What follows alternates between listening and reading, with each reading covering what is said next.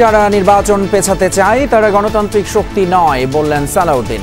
ফেব্রুয়ারিতে ভোট জরুরি হলেও পুরনো পদ্ধতি কাজে দেবে না মন্তব্য বদিউলের।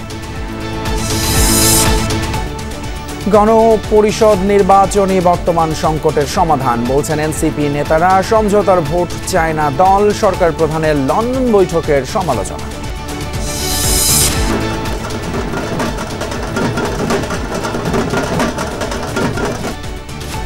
রাজধানীতে জন্মাষ্টমীর বর্ণাঢ্য শোভাযাত্রা। সনাতন ধর্মাবলম্বীদের পাশে থাকার প্রত্যয় সেনা প্রধানের।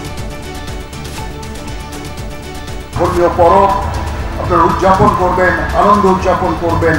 আমরা একসাথে এই আনন্দ ভাগাভাগি করে নেব।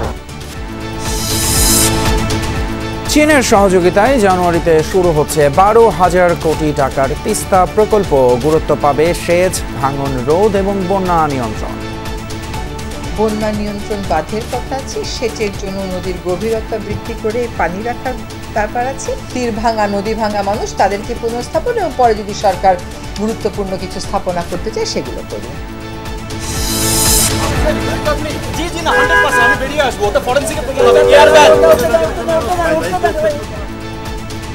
রাজশাহীতে কোচিং সেন্টারে সেনাবাহিনীর অভিযান। আগ্নেয়াস্ত্র সহ বেশ কিছু সরঞ্জাম উদ্ধার। সাবেক মেয়র লিটনের আত্মীয় সহ হেফাজতে 3 জন।